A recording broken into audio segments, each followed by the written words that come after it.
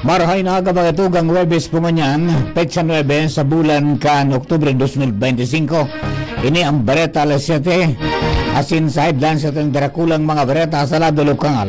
Klase asin trabaho sa Bicol University West, East asin Daraga campuses. Balik face-to-face na matapos ideklarar campaign pinaligtas sa nasabing mga lugar sa bomb threat. Deed of transfer sa Legazpi City Pumping Station. Entry kan lokal ng gobyerno kan Legazpi asin DPWH Bicol. Pirmado na. Pigsasabing ghost project na covered court sa Tabaco City fake news sigon kay First District Representative Crisel Lagman. Peace Ride and Rally for Change. Gigibuhon sa Sabado, Oktubre 11, alas 7 nin aga. Sa lado nasyonal, pasaporte ni resign Congressman Saldico dahil pa pwedeng kansilaron dahil wala pa maning kasong may sasangat kontradigdi sigon sa Malacanang. Senator Pia Cayetano pigi-isipan na maging Blue Ribbon Committee Chairman. Senador Erwin Tulfo nagpasalamat kay Senate President Tito Soto III sa pagdesignar sa iya bilang Blue Ribbon Acting Chair. Pinoy Seafarer gadan sa pag-atake kan Honti sa Ohoti sa Gulf of Aden. Sa ibang nasyon, 47 gadan matapos bumbahon ng militar sa Myanmar ang nagpoprotesta. Baratang Sports, Calvin Abueva nagrehistro din career high na 41 points para makuakan bago niyang team na Titan Ultra ang primerong gana sa 50th PBA Philippine Cup. Yan ang headlines. Sa tuwing darakulang mga bereta, alas 7 asin kami po ang sidong magiging mga tagapagbareta. Ako po si Jasmine Balolo. Ako man po si Mardila Daingiba. Enot sa bareta sa lado lokal. Ang baretang ini hatod sa Indokan. Optin Lutein Capsule. Alagaan ang paningin sa tulong ng Optin. Kitang-kita ang kalusugan ng mata. Balik face-to-face na ang trabaho asin klase ngayon na Oktubre 9, 2025 sa Bicol University West, East asin Daraga campuses. Ini matapos ang safety assessment asin clearance na ipinaluwas kan Philippine National Police o PNP matapos ang report na bomb threat na naresibi kasudma sa pagi kan official social media page kan Bicol University. Katakod kini kinumpirmar kan PNP na nasabing mga BU campuses sa West, East asin Daraga ligtas asin clear sa anumang napatakot sa seguridad dahil hindi pinagordon kan manamiento kang BU na mga personal sa estudyante pipabalik lang sa normal na operasyon asin klase. Enot kaya ipigsuspendir kang BU management ng klase asin trabaho sa nasabing lugar matapos maresibi ang bomb threat kasudma. Sa unyang padagos sa investigasyon ng mga otoridad, tanganing maaraman ang source asin ang motibo sa nasabing bomb threat sa universidad. Sa tabang kang PNP asin iba pang magakanig ng otoridad, maawat kang BU na mapanimbag asin maperbintaran ang silang na insidente sa mga maabot bangal daw. Nagpasalamat man ang universidad sa PNP, BU Disaster Risk Reduction and Management Committee asin sa gabos ng miyembro kan BU community sa sindang kooperasyon, vigilance asin tulos na pagresponde tanganing masiguro ang kaligtasan kan lambang saro. Ang baretang ini hatod sa Indokan. Plemex. Pag may ubo o hika, Plemex agad. Basta lagundi, Plemex. Pirmado na ang deed of transfer sa Legazpi City Pumping Station sa pag-ultanan kan lokal na gobyerno kan Legazpi as in Department of Public Works and Highways o DPWH Bicol. Sigon kay Legazpi City Mayor Hisham Ismail, sa iraram kan dokumentos, DPWH ang mamanihar kan operasyon kan pumping station, kaibahan ang mga kaipuhan na pakarayon as in maintenance activities, tanganing masiguro ang padagos na operasyon kaini. Katakod kaini sigun pa sa alkalde, maabot kan lakdang na mapakarhay. Ang kakayanan kan syudad, tanganing maibitaran ang insidente nin pagbabaha, partikular na sa mga hababang lugar. Mientras na padagos man ang pinagigibong declogging operations sa mga kanal, sa man iba-ibang barangay, sa nagpapadagos na programang kontrabaha. Ang baretang ini hatod sa Indokan. Liver Aid Silimarine Capsule. Ang good drinks at good food, perfect combo. Isama pa ang Liver Aid. It's liver lover, boys! Tinawangin linaw ni Albay First District Representative Congresswoman Crisel Lagman na fake news ang nagkakalat na tulong taon ang nakatenggang ghost project na covered court sa Karangan Boulevard sa Tabaco City, Albay. Sa entrevista kan DCGB News sa legislatura, sinabi kay ning poon taon 2023 ka nagtagaman ng 12 million pesos na pondo si dipuntong Congressman Edsel Lagman para sa site development, foundation as in underground parking kan edipisyo. Taon 2024, dahil na bugtakan ng pondo dahil ang tasigon kay Congressman Edsel, dakol na mas importante pang gaypuhan na inuto na kagananin pondo asin matapos na proyekto sa syudad bago ini partikular na ang bagong legislative building kan sanggunang panglungsod kan Tabaco City. Alagad taon 2024 kan pinagigibo pa sana ang budget para sa taon 2025 pighagad ni Congresswoman Crisel kay Senador Rizon Tiveros ang dugang na pondo para sa edipisyo kung kaya binugtakan ini nin 15 million pesos na pondo kan senadora na ipigbid pa sana kan Agosto asin ipig-award kan Septyembre ngunya na taon. Apera kay ni sa kaparehong lugar sigumpa kay Crisel o Congressman Crisel sa inisyatibo ni dating Congressman Edsel, nakaplano na asin nabugtakan ng pondo ang convention center para sa taon 2025. Alagad nahali ni sa Bicameral Conference Committee. Tinawan doon ni Congressman Crisel na fake news sa Giraray ang nagsasabing sa Tourism Infrastructure and Enterprise Zone Authority sa Larom kan Department of Tourism ang proyekto dahil ang DPWH ang nagmamanihar kay ni. Katakot digdi pikasigurar man kan legislatura o kangan legislador nasa sa iyang termino ipagkapadagos niya ang mga importanteng proyekto sa primer distrito arog ang munisipyo kang Maralipot, evacuation centers, water system sa Santo Domingo Museum, asin iba pa. Bago po ka magparaturubod sa mga siring kaya ng mga taramon, nahugunin do sa other side man. Then you make a decision. Sabi ko, minabuti ko na aram ko dakulong ka mong listener. Gusto ko madahog man sa side ko. Ano madipensaran ko man si Senator Risa. Kahirap man sa tao, nagtatabang nga ni sa tuya para mapos ang proyekto. Siya pang nadadamay ng ghost project na ini. Ang tingog ni Albay First District Congresswoman Crisel Lagman. Ang baretang ini hatod sa Indokan Mega One. Ang Mega One ay may 21 sangkap para matulungan ka sa iba't ibang karamdaman tulad ng diabetes, high blood, stroke, arthritis, kidney failure, cancer, viruses, at iba pa. Tumawag kay Doc Joey Bitito sa 0998-975-8121 or 0917-853-8933. Nakatalaan na gibuhon sa Sabado, Oktubre 11, 2025 ang Peace Ride and Rally for Change na pig-organisar kan Diocesan Commission on Social Concern Social Action Center kan Diocese kan Legazpi sa pakikipagtabangan sa trilyon peso March Movement Against Corruption. Ang nasabing aktibidad masikad alas 7 nin pagkaaga sa Daraga Park, kung saan ang mga partisipantes piginganyar na magsulog nin puting t-shirts, asin magbugtak nin puting ribbon sa indang mga harong asin vehikulo bilang senyal kan pagsuporta sa katotohanan asin hustisya. Paghali sa Daraga, ang grupo magkakaigwanin en route stops sa mga minasunod na lugar: Santo Domingo Parish, St. John Nepomuceno sa Bonga Bacacay, Albay, Malilipot sa Hampangkan PNP, New Road sa Tabaco City, Barangay Tuburan Harani sa JBDAP, asin Ginubatan Harani sa Morms.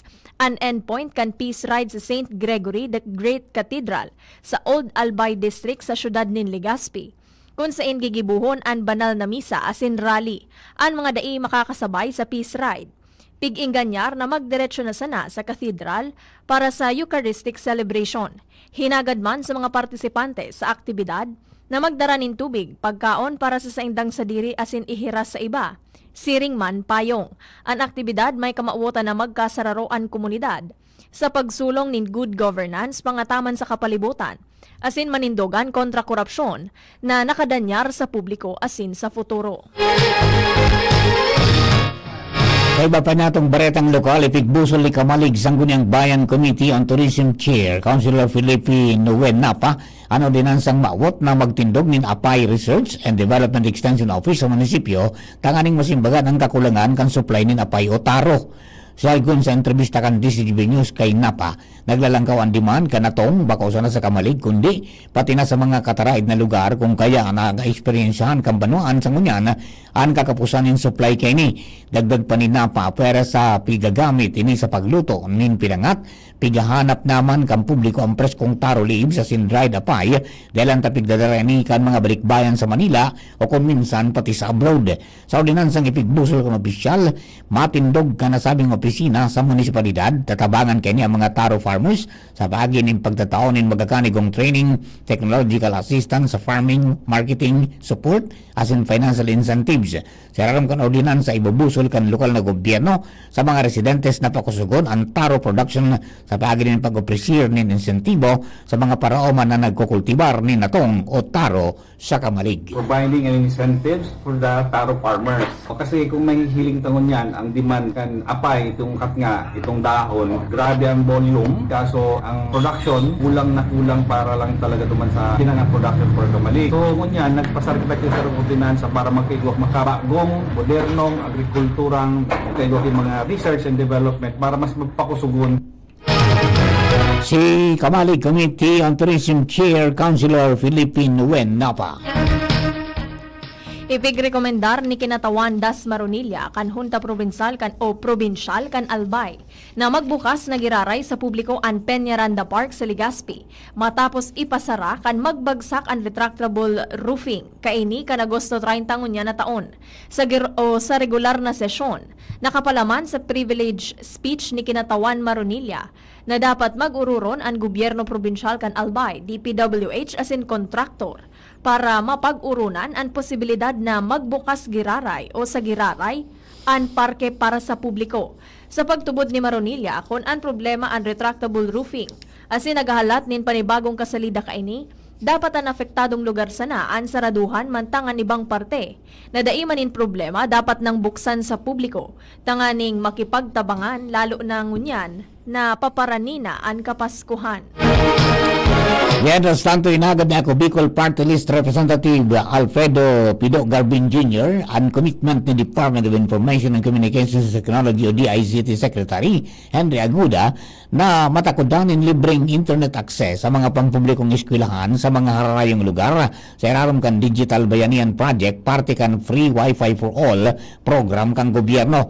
Sigung kay Atty. Garbin, kamautan kan proyekto na paiwasan ang digital access sa mga geographically isolated and disadvantaged areas o GIDA para masiguro ang pantay-pantay na oportunidad sa edukasyon para sa mga estudyante asin mga paratokdo. Sinabi ni Garbin na igwa na siya ng 50 listahan ka mga eskwelahan sa bilog na Albay asin iba pang probinsya kan riyon, lalo na sa mga island municipalities na iyon prioridad. Ang commitment ni Aguda, mapo ng pagbugtak kan internet connectivity sa bulan ng Disyembre ngayon na taon na magagatabang sa mga estudyante sa mas magayon na futuro. Siniguro kan Department of Health o DOH Bicol ang padagos na pagpahatod nintabang pansalud para sa mga residentes kan Masbate na naapektaran kan bagyong Opong. Sigon kay Public Health Preparedness and Response Unit Chief Dr. Aurora Teresa Daluro, may mga nawalat na team sa lugar, mantangan iba, mabalik asin madara sa giraray nin dagdag na supplies. Magigirumduman na pinanginotan kan DOH Bicol ang pagdistribuir kan 2.5 milyon pesos kantidad nin bulong, hygiene kits asin iba pang kagamitan, pati na ang sobra 2,800 na ready-to-use therapeutic food. Apera kaini naresibiman kan lokal na gobyerno kan Masbate ang 3 milyon pesos na financial assistance para makatabang sa pagpakarhay kan mga nadanyaran na health facilities. Sa dagdag na baretang lokal, nakasentro sa tema kan ika-75 Diamond Jubilee Year kan Diocese of Legazpi, ang celebration ng kapistahan ni Saint Raphael the Archangel Paris Legazpi Port District Fiesta sa tamang biniyayaan, inantabayanan asin sinusugo. Base sa general fiesta activities na ipigpaluwas kang parokya, mapo na mga aktibidad sa Oktubre 15, madurar sa Oktubre 25 ngunya na taon. Apera sa nobinaryo, magkakaigwaman in Grand Paris Family Day sa Oktubre 18, Agri Aqua Fair Oktubre 20 hanggang 24, Grand Maritime Procession sa Oktubre 23, asin iba pa. Katakod gani, piging kanyar ang mga paratubod na magisumaro sa selebrasyon bilang pagtaon in honra sa mahal na patron, St. Raphael the Archangel. Gigibuhon kan Land Transportation Office o LTO Bicol ang motorcycle and tricycle plate number distribution sa Hampangkan Kamalig Public Market. Sa gilid kan 7-Eleven Kamalig ngunya na aldaw. Sagod sa aga para sa mga bihikulo na binakal taon 2014 sagod taong 2017. Sigon sa ipinaluwas na anunsyo kan lokal na gobyerno kan Kamalig na pinamamayuhan ni Mayor Kaloy Baldo. Kaipuhan sa nang darahon ang valid ID kan rehistradong tagsadiri. Official receipt as in certificate of registration, as in authorization letter, as in valid ID, kon representantes an makuha kaini. Mga dugang primerong party po yan, kasayang Bareta alas 7, mga Bareta sa lado lokal. Ang Bareta nga sa lado nasyonal. Ibang nasyon sports sa singkamugtagang kampanahon, makalis lamang po kayo. At ngayon, ang pinakabago, ang pinaka-epektibong food supplement na mabusising ginawa sa Amerika at matapos at 3 taon, aprobado na ng FDA. Mega One, ang evolusyonaryong produkto na nagtataglay ng 21 natural na mga komposisyon na nakatutulong upang palakasin ang immune system at ang ating kalusugan. Para sa karagdagang impormasyon, Maaaring pumunta kay Doc Joey Bitito sa Barangay 18, Cabangan West, Legazpi City, kaharap lang ng Bangko Sentral ng Pilipinas. O tumawag sa 0998-975-8121 or 0917-853-8933 para sa free consultation sa natural medicine. bisitahin din ang aming Facebook pages, Mega One-Superfood at NHC Bayanihan Official. Mega One, evolusyon para sa kalusugan. Pre, makinig ka muna. Payong kaibigan lang ha. Work hard, play hard. Yan ang motto ko dati. Pero nakakapagod din pala katagalan. Sa gitna ng lahat ng mga puyat, inom at pagkain ng masasarap, kasama na ang oily at fatty foods, kailangan pa ring bantayan ang kalusugan. Tamang kontrol ang kailangan. Katuwang ko, ang Liverade. May silimarin na maaring makatulong protektahan ang atay. Cheers to more good times. Be a liver lover. Mahalagang paalala, ang Liverade ay hindi gamot at hindi dapat gamitin paggamot sa anumang uri ng sakit. Ang good drinks at good food, perfect combo. Isama pa ang Liverade para sa kalusugan ng atay. Mabibili sa mga leading drugstores nationwide. Piolo Pascual po. Sa ubo at hika, may Plemex Forte Syrup and bottles. Pero para sa ginhawang kailangan agad, may Plemex Forte Capsule and Blister Pack. Madaling bitbitin, kayang ibulsa. Gawa sa natural na lagundi na tumutunaw at nagpapalabas ng plema. Convenient na, ginhawa pa. Plemex Forte Lagundi in Capsule. Basta Lagundi, Plemex. Easy! Vitex Segundo L is the generic name of Plemex Forte. If symptoms persist, consult your doctor. Dimples Romana po. Tinatanggap ang award for Best Supporting Nanay. Ang suporta ko sa pagbibigay ginhawa, Generica Drugstore. May maalagang pharmacist, mabibigyan ka ng alternative generics na singbisa ng branded sa presyong abot kaya. Up to 85% ang matitipid. May libreng konsulta pa with partner doctors. Tara na sa Generica Drugstore. Suporta natin sa ginhawa. Ginhawang Generica. If symptoms persist, consult your doctor. Natuwa ka ba sa serbisyo ng Generica Drugstore Pharmacist? Ikwento and inominate mo siya as Best Supporting Katuwang para sa tsansang manalo ng cash prizes. Follow us on Facebook for more details. See posters and print ads for details. Deadline of entries is until November 25, 2025. Attention! Attention! Mga parantabay, may marhay na bareta! Ang DZGB nasa cellphone na! Yes po! Madadangog na ang DZGB sa saindong mga cellphone. Sa katuyuhan na mas lalo kamong mapagsilbihan, asin dagdag na konbinyensya sa saindo gabos, ang DZGB. Pwede nang ma-access sa paagi kan sa indong cellphone. I-download lang sa saindong mga Android phone ang DZGB app sa paagi kan Google Play Store, asin Apple App Store, asin nanapo ng DZGB Live. I-install sa saindong gadget, asin malinig nindong madadangog ang ng DZGB. Libre po ini. DZGB. Number 1 na, may Facebook Live pa. Ngunyan, may DZGB Live app na. O, ano pang pighahalat nindong mga paraan tabay? Download na! DZGB Barreta alas 7. Barreta alas 7.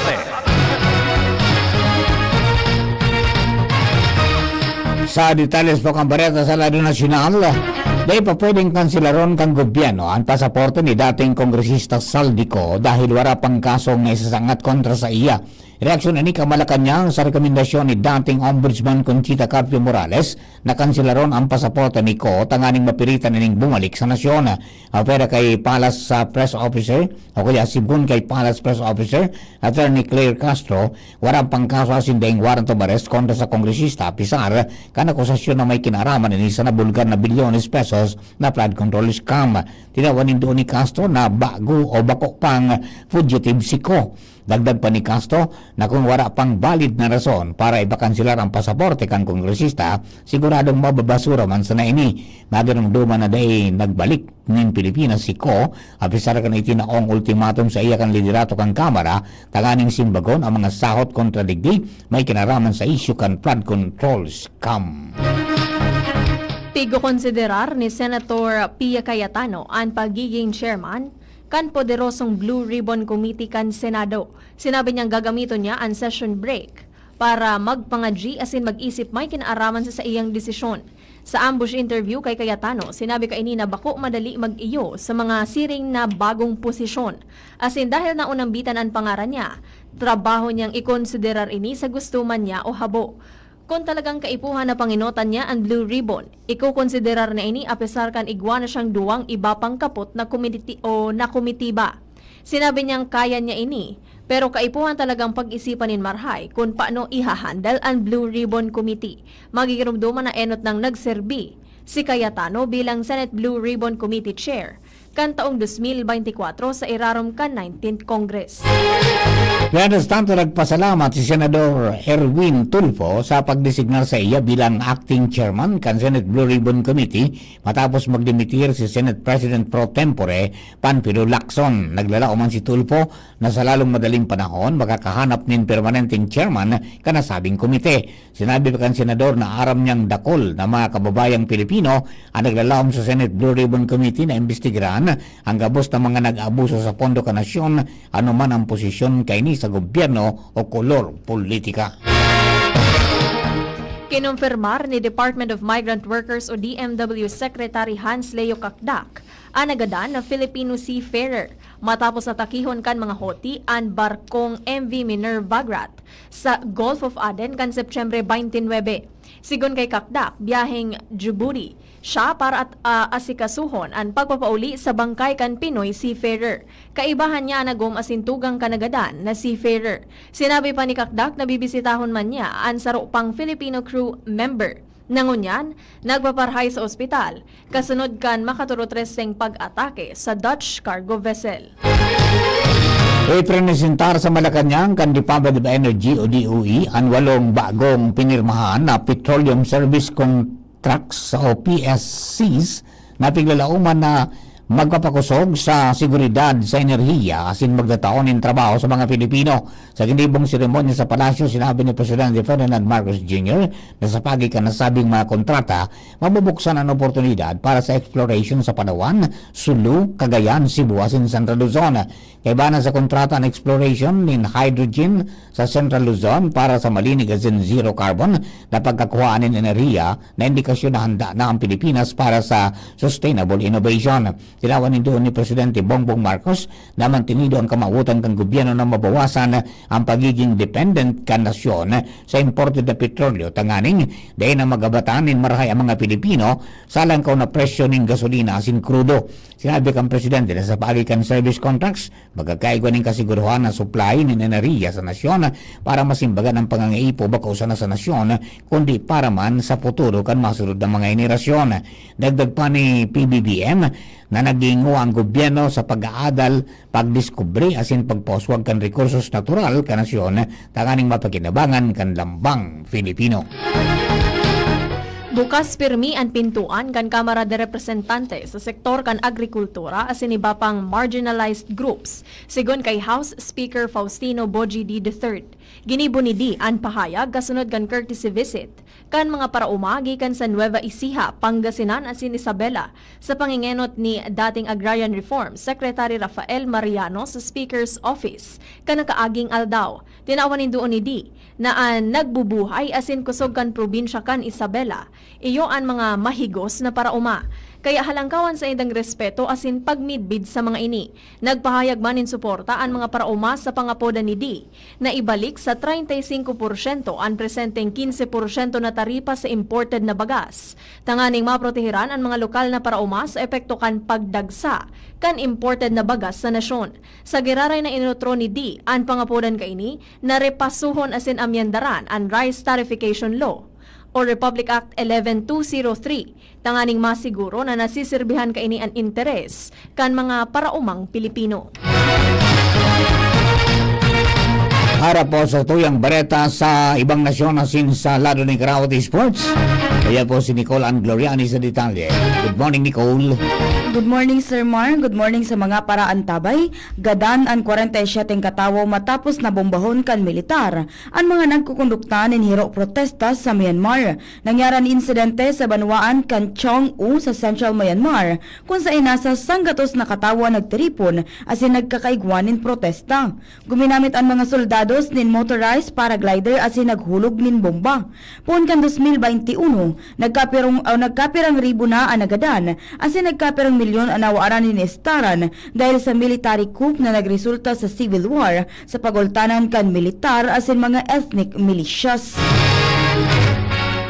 Sa lado kan Karawato Sports, nakamtan kan bagong team na Titan Ultra ang primerong gana sa 50th PBA Philippine Cup. Dinawgindaan Meralco Bolt sa skor na sanggatos 96 sa kawat na ginibo sa Inares Center sa Antipolo. Nagbida sa panggana kan Giant Riser si Calvin Abueva na nagrehistro nin career high na 41 puntos. Nakapag-ambagman nin 14 puntos. Anom na rebound sa 5 assist si Joshua Munzon. Iyan ang detalye ka mga bareta sa lado kan ibang nasyon asin sports. Ako po si Nicole Ann Gloriani. Thank you, Nicole. Para po sa kamugtagan sa tayong panahon, uyaman po si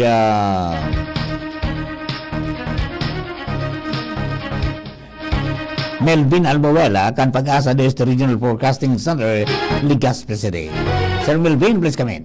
Diyos marhay nga pagkaga po sa mga taga-DCGP, asin sa gabos na taga-pakinig, asin taga-subaybay kan DCGP. Sa ngayon na Oktubre 9, 2025, sa aldaw ning Webes ning pagkaga. Yaninang sa tuyang latest update sa kamugtagang kang sa tuyang panahon. Southwesterly wind flow o yung hangin nagmumula sa Sulnopan yung nakapekto sa Southern Luzon, sa Kabisayaan, asin sa Mindanao. Mantang digdi sa Kabikulan, makaka-experience ng mga panganoro na kalingitan na may kalat-kalat na mga pag-uran asin pagkikilat, pagdagultol. Epekto kang naturang southwesterly wind flow. Ang paros ay maluya sa kod moderato na halis sa Sorsonopan ng mamamatian. Ang mga baybaying dagat asin kadagatan kang Kabikulan, magiging banayat sagkod sa moderato ang pag-ukol. Kinatayang agwat ning temperatura pigil umampoon 25 sagkod 31 grado sentigrado. Asin ng aldaw ay nagsirang sa bagong alas 5:35 ning pagkaga. Asin masulnop at yan na alas 5:30 ning pagkahapon. Ini si Malvin Almohela reporting live haliditi sa DOST Pag-asa Legazpi. Thank you very much, Sir Melvin. Mga tugang yun na po ang kabilugan sa tuyang bareta. Alas 7, mga baretang tinipon na kinalap sa DCGB News Base na nakalis na 12 oras. Kapagarang ka na katuwang niya to sa pagsulat ka mga bareta, Jenny Matthew Baleran, siringman si Nicole Ann Gloriani, Lado Technical, Ronald Baldo, DCGB Social Media Department. Kasabay po niya dyan si Jerome Nico Martinez ang sa tuyang IT. Siyempre ang bilog na pwersa kang Mega Force Patrol. Hello kay Homerelista Lola, siringan kay Benji de Pogi,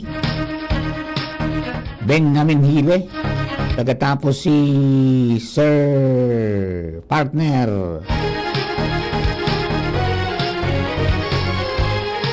diyan po sa Bangkiruhan, King Rinaldo, Kuya Bob Candano sa Tabaco City, siyempre si Joel Barameda, nakamonitor man. Sa labas pong nakantabay sa DCGB 17 kHz sa pitan ka mga radyo. Sa AM band, siring man sa WGB 106.9 sa Tabaco City. At sa mga social media platforms kan DCGB. Sa inyo po kabo salamato na maray, kami po ang sila mga naging tagapagbareta. Ako po, si Jasmine Balolo. Ako man po si Mardila Dainiba. Thank you for keeping us company. God bless the Philippines. Abangan na po masunod ang apot with BP Henry Maceda. Yan ang DCGB Barata alas 7. Abangan giraray sa aga. Ang hapon, masunod na pagkalipas lang kaini. Sumali at manalo sa Mega Milyonaryo Instant Raffle Promo. Hanapin ang promo code sa loob